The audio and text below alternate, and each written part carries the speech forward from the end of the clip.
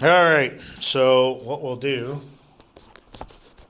is we'll put this back up here. Looks like we're going all right there. All right, so Unit 9, an operating thermostat is going to be a normally open or closed switch. If it's an operator, it's always going to be open. A thermostat is an operating control. So thermostats are always, basically all of your operating controls, the only exception to that is one type of operating control. An aquastat is normally closed. Everything else is normally open. Okay? So aquastat's normally closed? Okay. An aquastat is normally closed operating. Everything else is normally open. Okay?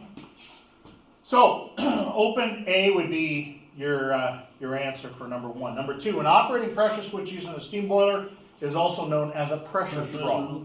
Yeah. Okay? It's on an aquastat, yeah, special. Yeah, I put that too. Number 3, if a flame rollout switch opens, the voltage will be interrupted to the gas valve. It's always going to interrupt your voltage to the gas valve. It could interrupt voltage to other things, but it's always going to make sure that your gas valve won't open. Okay? 2 types of low water cutoff switches are going to be the flow type and the probe type. So C is the correct answer there. Had a few questions over this next question. Components of a B-vent natural draft venting system are. What are listed here, the base support, roof flashing, and the vent cap are all parts of a B-vent venting system. Okay. Okay? I didn't know that. Everything else, 636 pipe, that is not natural draft. That is going to be a positive pressure application. Stainless steel pipe, and again, stainless steel fittings, again, a positive pressure application. Masonry chimney, a chimney liner is going to be more natural draft, but not a B-vent. So really, the only one that really fits in that application is going to be D. If you look under page 17 of your code book, it actually gives you different types of definitions of different type of vents.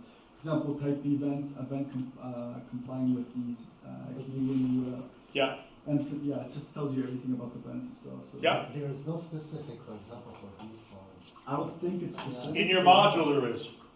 Yeah, module. In the module there is, but not in your code book. Induced draft systems have exhaust blower located downstream. Induced is after the heat exchanger. So induced is going to be downstream of your combustion zone. All of your residential high efficiency and mid efficiency furnaces, guys, are going to be induced draft or after the heat exchanger. Forced draft is upstream or before the heat exchanger. Right. Flame rollout switches are of the manual reset type because we want that to shut off the equipment in the event that there's an issue. No, I put manual. A type of heat transfer that moves from particle to particle is known as conduction, A. Type of heat transfer transfers energy through space or through a vacuum is known as radiation, C. Type of heat transfer that moves heat due to movement of a heated body Movement is known as convection, B. Wait, what is wait, can you mind going up again? Go up. Which one, the radiation one? Yeah, the radiation. I'll do up to the radiation one. What is that one? Type of heat transfer that transfers energy through space or even a vacuum? That's radiation, right? That's radiation. Yeah, it's like you can see like in the sun. Yep. Yeah, but this you can check even to the code book. Yep. Definition. The one above it too? Yep. What are the code book? Definitions. Definition, yeah. Okay. So Heat transfer from particle to particle is conduction. Critical that you know this, guys. Let me tell you, TSSA is going to fire these at you. Guaranteed. These 3, you got to know. So conduction, convection, radiation, are those the definitions? That's it. Okay. Well, that makes so much more sense now. Okay, that'll help me out. Most barbecues have what type of an ignition system? 4. 4, yeah. Piezo igniter, which is that little red push button that only works once or twice on your barbecue, and then you have to get out the lighter. Yeah, I remember. Or if you've got the fancy type, now you have a battery that goes in there. It works for probably a year. Identify the safety control device used on a barbecue.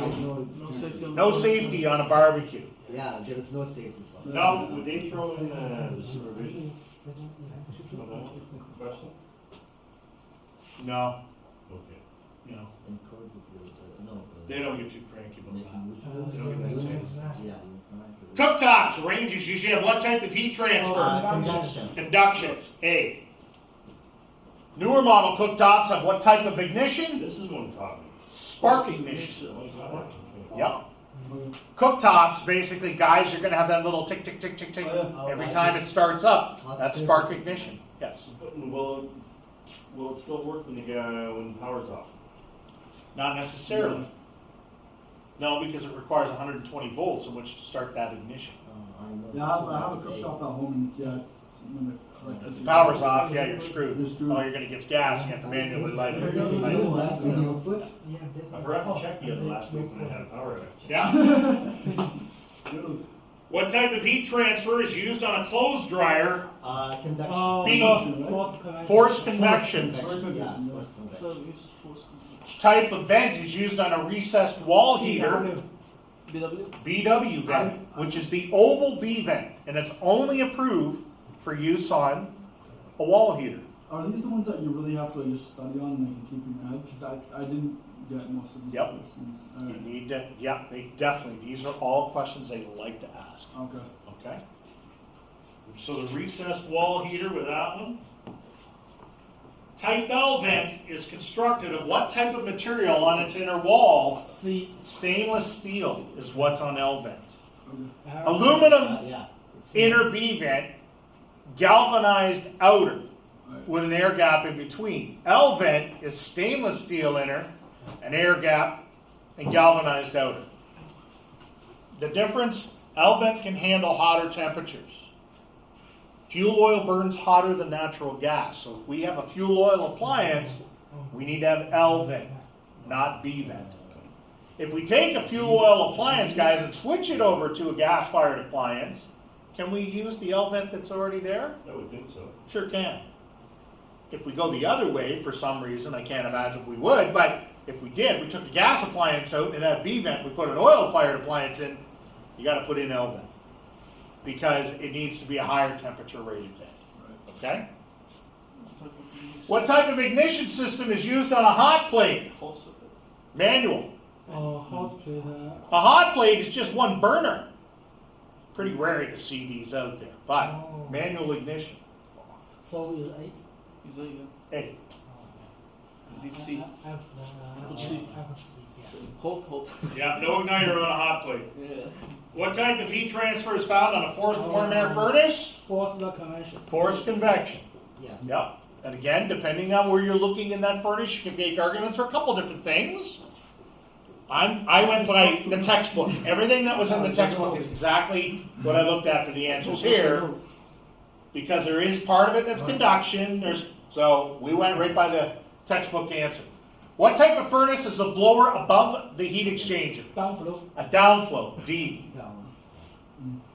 It's above the. Which type of furnace has a return air inlet located on one side of the supply, or sorry, on one side of the supply air outlet, on the other, that would be a horizontal. Horizontal. Horizontal. What type of heat transfer is found on a unit heater? Forced convection. The unit heater really, guys, is a furnace without ductwork on it. It just has a propeller fan in back to blow the air over the heat exchanger, which then transfers into the area. Real popular are garage heaters and warehouses. You see them all the time. Pool heater. Swimming or conduction. convection. Type of heat transfer found on a swimming pool heater, conduction? I'm gonna take your word for it. I think it is conduction if I remember correctly. No. Pardon swimming me? pool? No, Well- it's convection. Is it convection? Yeah, Alright, convection. I don't know. I can't remember. Yeah. It's in the book. Yeah, too It's many. in the book. Because I put a Right? schedule for Yeah. conduction, for Okay. convection. So it's in there. Alright, what type of burner control is used on a swimming pool heater? Aquastat? An aquastat. Yeah. Yep, aquastat's just gonna sense pool temperature water. Makeup supply is found in what type of an appliance? Had a lot of questions around, Greg, what's a makeup water supply? That's fresh water coming into the boiler system itself, okay? Convection then? So fresh water would be, in that case, water coming in the event that we don't have enough water in the boiler, that is gonna make up the water in that boiler.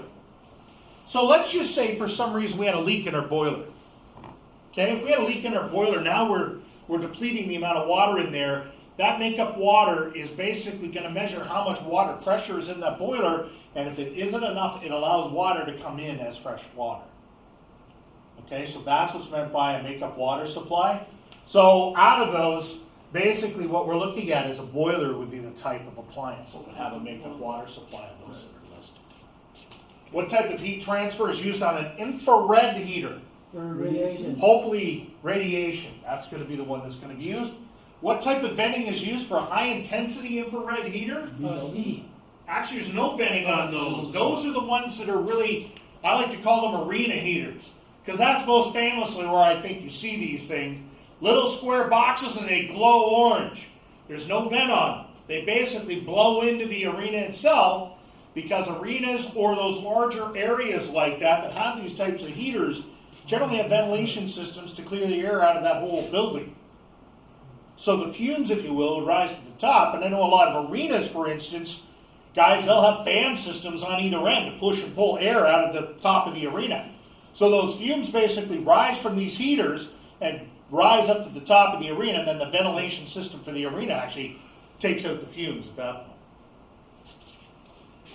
28. What type of heat transfer is used on a water heater? Conduction. Conduction. Conduction. Yep, it is conduction. That I remember. Again, right out of the book. I think that's why pool heaters fall under conduction and not convection as well. Yeah. I think it's in analogy. It could be. Yeah. Thank you. It actually is water in direct contact with the heat exchanger. And you know something, guys? Some of these, quite honestly, you could make a very relevant argument for the fact that there could be a couple different types of heat transfer on a lot of these appliances. I just went by the ones that are right in the book. All right? What type of venting is going to be used on a recessed wall furnace? PW. BW, yeah. Didn't I already do this one? No, we do have 21. Yeah. We have the 29. Ah, all right, 29. Yeah. What type of heat transfer on a recessed wall furnace? Recess conduction. Conduction. Oh, yeah. Yep. Because there is no fan on a wall furnace. Typically, it's just natural. I can show you pictures of a wall furnace. I put one in a week and a half ago. Pretty rare you see them anymore. You don't see many of these. What's being heated up? The wall? No. So the idea behind these pieces of equipment, guys, I tell you what, let's go through this first and then I'll get to that. Okay. Okay, and I'll show you one. So a recessed wall furnace at this point is basically going to be a unit without ductwork on it. Very small houses or additions is where you're going to see them. This cottage I was doing this in probably has a square area, this classroom, maybe a little bigger. And that's 2 bedrooms, a bathroom, a living room, and a kitchen. So you can imagine the size of the rooms if we're not talking much bigger than this room for the whole thing. Very small. It had a wall furnace in between the kitchen and the living room. And the idea being is that it sits in between the walls and radiates heat out both sides at that point. No ductwork on these things, so if you close your bedroom doors, you're going to freeze. So it's almost one of those things, because there is no ductwork, you don't have a centralized system. It's just going to be, there's all your heat right there for your whole place, right in this one compact piece of equipment. And I'll show you a picture of it. Okay, what type of appliance do we Fuel normally oil. use L-vent on? We talked about it. It'd be a Fuel fuel oil appliance, because that's where we normally use type L-vent. Normal temperature setting for an aquastat operating a hot water boiler is going to be 180 degrees. 180. That's a typical setting. 180. Most common type of control used in a natural draft water heater is D, the Unitron. Yeah,